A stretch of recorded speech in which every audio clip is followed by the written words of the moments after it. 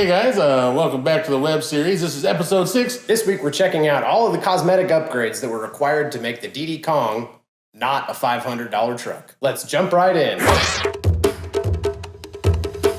All of the actual build out for the wall mounting is done in a stack fab style construction. The most complicated part of that is going to be the B-pillar section. Because we did stack fab, we also ended up having to do kerf cuts in order to make all of that work. When people refer to kerfing as a construction technique, they're actually talking about using that kerf, that opening in the material to make a recess so they can actually bend the material. All the wall accents and everything, the wall build out, actually starts from the B-pillar and goes all the way back and seals off the cabin from the actual back of the vehicle. The center console was kind of a last minute deal. Came to the realization that we didn't want the radio in the actual dash itself. You know, this car's gonna do 160 plus decibels. You don't want the radio to get rattled all to pieces. It does still get rattled to pieces, even being strapped down to the center console. But the advantage to what we did with the center console is the radio at least isn't going to fall out of the dash and onto the floor. Back when I was in retail, when I worked at a shop in Washington State, we actually had a center console that was more or less designed to be completed in a day to a day and a half worth of labor. And so the one that we did for the DDKONG is basically just a modification of that. It's slightly easier and it can still be wrapped with a single piece of all sport vinyl. Yeah, the cool thing with the all sport vinyl is it's actually a 4-way stretch. That's a lot better than standard upholstery vinyl.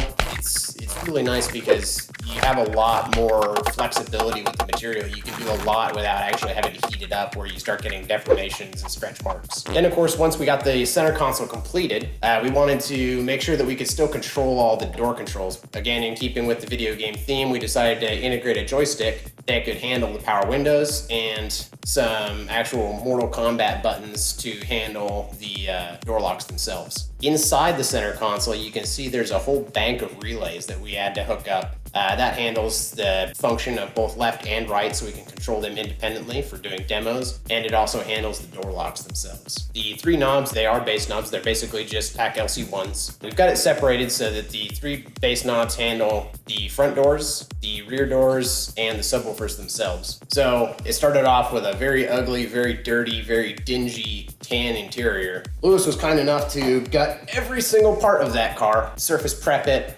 prime it, and repaint it with nice SEM trim black. The tan interior would not have matched with any of the graphic work or anything like that was designed for the truck, so a color match was in order. Yeah, getting the seats redone and refoamed was a huge upgrade to that. The upholsterer was also kind enough to add the DDKONG logo on the top of it.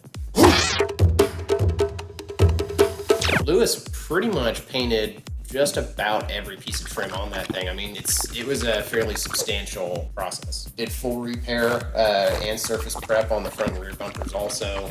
The front clip you completely rebuilt and redid some of the actual clip locations. Because it was already subject to enough damage that it cracked prior to us putting it through what we were going to put it through. So I wanted it to be as structurally sound as possible to keep it from coming apart on the front of the truck.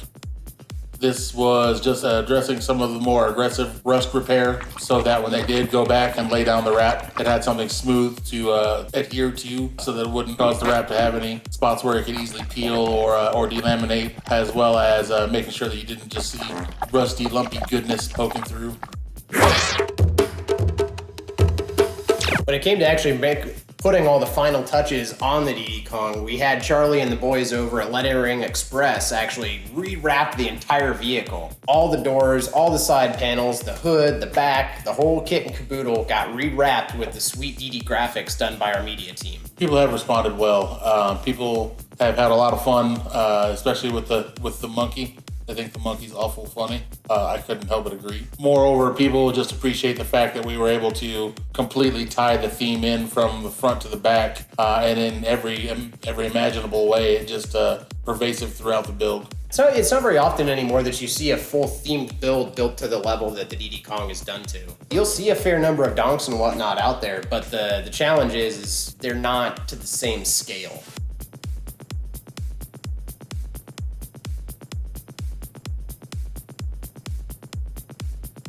Thanks for tuning in for the second to last episode of the DDKONG web series. Now be sure to check in with us next time when we do a full recap on the build and we show you some sweet demos. Guys, be sure to follow the hashtag DDKONG on all your social media platforms.